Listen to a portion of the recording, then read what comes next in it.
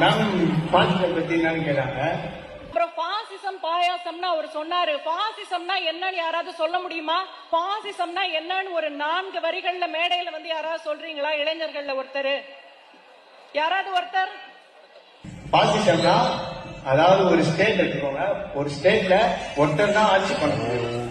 ஆனா அந்த ஆட்சி பண்றது கூட யார் வேணா சேர்ந்துதான், ஆனா அவர் ஒருத்தர் தான் ஆட்சி பண்ண முடியும். அதுதான்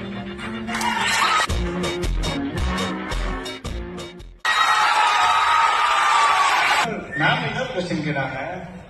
திடீர் சார் பேசினாங்க. சார் பேசினதுக்கு அப்புறம் மேம் கேட்டாங்க, திடீர்னு வரவங்களை பத்தி கொஞ்சம் இதுவா பேசினாங்க.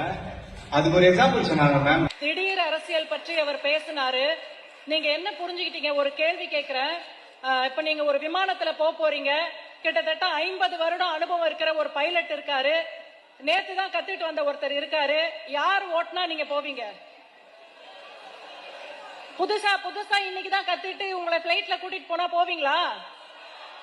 அதுதான் திடீர் அரசியல். இத்தனை நாள் வேற என்னவோ பண்ணிட்டு இருப்பாங்க. இப்ப முதலமைச்சர் ஆசை வந்த உடனே என்ன பண்ணுவாங்க?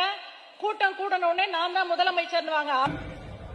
அதாவது 40 வாட்டி பைலட் ஓட்டுனவரைய வச்சு கம்பேர் பண்ணி பேசினாங்க. இப்ப புதுசா பைலட் வரவரை வச்சு கம்பேர் பண்ணி பேசுறீங்க மேம். ஆனா அது அப்படி இல்ல மேம். புதுசா வரவங்க நம்ம ஏற்கணும்.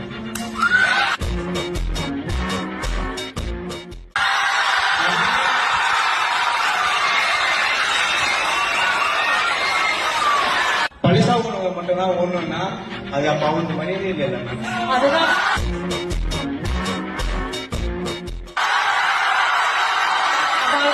தேங்க்யூ. களத்துல